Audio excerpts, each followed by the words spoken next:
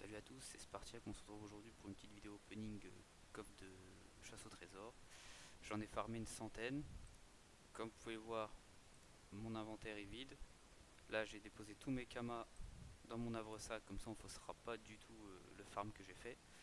J'ai fait ça sur à peu près 2-3 jours. J'ai surtout concentré sur la troisième journée où j'ai fait les 56 coffres d'un coup qui me manquaient. Et on va voir ensemble ce que ça donne. Alors, 96. C'est à savoir que maintenant il n'y a plus les coffres doublés quand vous êtes à Punta ou à Brakmar. Donc déjà ça change beaucoup la donne quand même. Là un petit 1600 roses, ça fait plaisir, c'est toujours ça de prix. Je sais pas s'il y a encore les fois 100, peut-être qu'ils ont levé ça en Kama. Les temps que je n'avais pas farmé. Alors, pour l'instant, on a eu un coffre de loterie, un coffre impressionnant, un autre coffre impressionnant, 885 roses des sables, un petit x10 encore,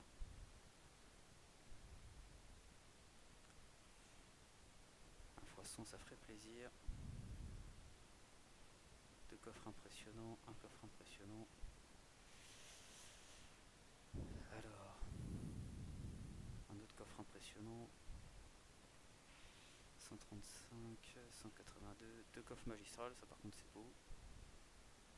Deux coffres impressionnants.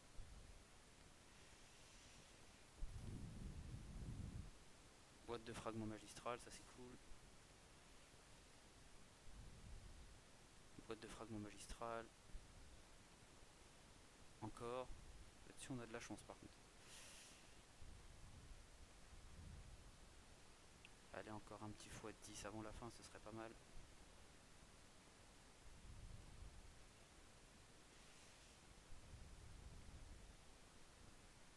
Allez, un x10, 1362 roses des sables.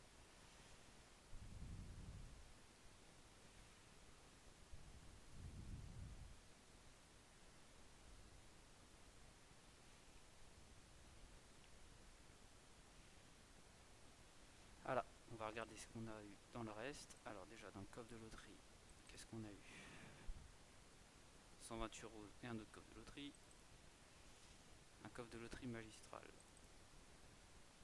On a eu 89 roses, donc c'est pas terrible. Le coffre impressionnant, on va ouvrir ça. Alors, rien de bien terrible non plus là-dessus.